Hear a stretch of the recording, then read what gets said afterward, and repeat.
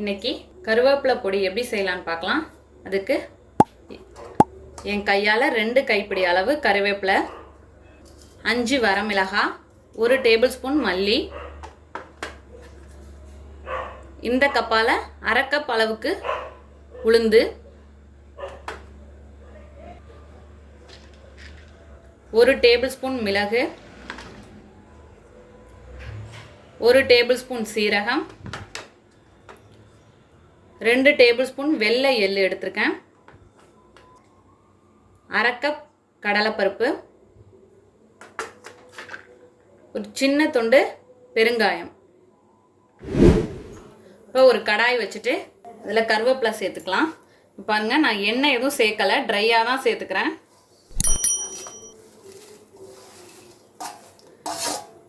இப்படி இதை வதக்கி வேணாலும் எடுக்கலாம், இல்லைன்னா நிழலில் உலர்த்தி அதை எடுத்துக்கலாம். இப்போ பாருங்கள், இது போல் நல்லா வறுத்துக்கோங்க.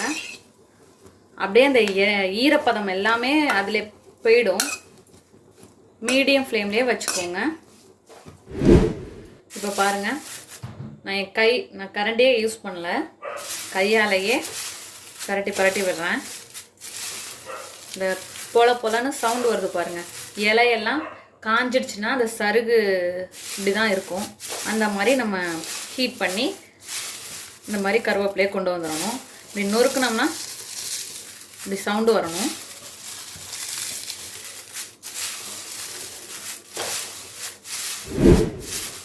பாருங்கள், அப்படி இருக்கணும்.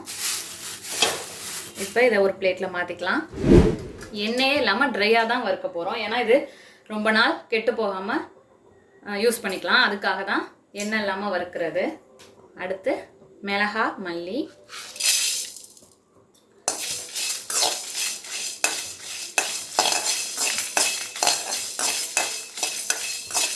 இந்த மல்லி ஸ்மெல்லு வர வரைக்கும் வறுத்துக்கணும். எனக்கு இப்போ 2 நிமிஷம் ஆயிருக்கு. பாருங்கள்,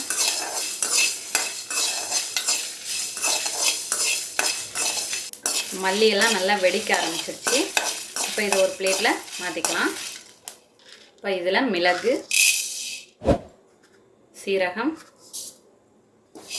பொரியிற வரைக்கும் வறுத்து எடுத்துக்கணும்.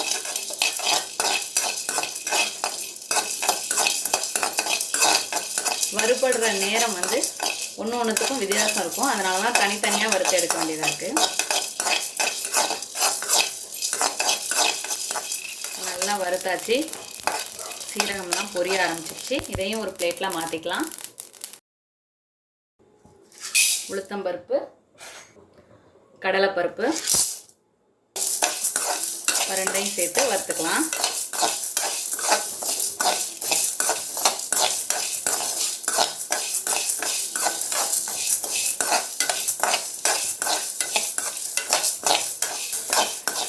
நல்லா கலர் மாறுற வரைய வறுத்து எடுத்துக்கோங்க.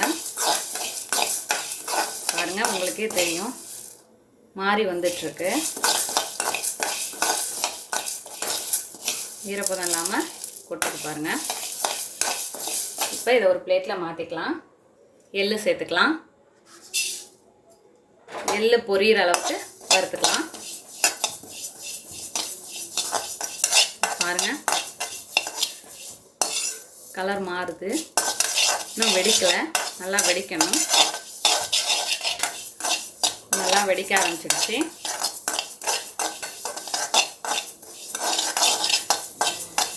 இப்போ இதையும் இன்னொரு பிளேட்டில் மாற்றிக்கலாம். இப்போ கொஞ்சமாக எண்ணெய் விட்டுட்டு பெருங்காயம் பொரிக்கிறதுக்காக மட்டும்தான்.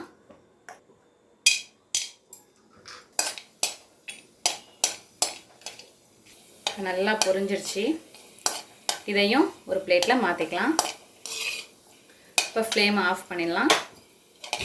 பாருங்கள், நம்ம வறுத்ததெல்லாம் ஒரு பிளேட்டில் மாற்றியாச்சு. ஃபஸ்ட்டு இதெல்லாம் ஆறுனதும் இதை முதல்ல அரைச்சி பவுடராக எடுத்துகிட்டு வந்துடலாம். இப்போ பாருங்கள், இந்த பதத்தில் அரைச்சி எடுத்துகிட்டு வந்துடுங்க. இதில் பொடிக்கு தேவையான அளவு கல்லுப்பு சேர்த்துக்கிறேன். இப்போ இதோட வறுத்து வச்சுருக்க கருவேப்பிலையில் இப்போ இப்போ கருவேப்பிலை சேர்த்தாச்சு. இப்போ இதையும் எல்லாம் சேர்த்து அரைச்சி எடுத்துகிட்டு வந்துடுவோம். இப்போ பாருங்கள், எல்லாம் சேர்த்து அரைச்சி எடுத்துகிட்டு வந்தாச்சு. இவ்வளோ அருமையாக வந்திருக்கு பாருங்கள். ஓப்பன் பண்ணோன்னே செம்ம வாசனை வருது. இது வந்து சூடான சாதத்தில் கூட ஒரு ஸ்பூன் போட்டுட்டு ஒரு ஸ்பூன் நல்லெண்ணெய் சேர்த்து பிசைஞ்சு சாப்பிடலாம். இல்லையா இட்லி தோசைக்கு தொட்டு சாப்பிட்லாம். நம்மளோட அருமையான அற்புதமான கறிவேப்பிலை பொடி தயாராகிடுச்சு. இதே போல் நீங்களும் உங்கள் வீட்டில் செஞ்சு பார்த்துட்டு எப்படி வந்துச்சுன்னு கமெண்ட்டில் சொல்லுங்கள். தேங்க்யூ.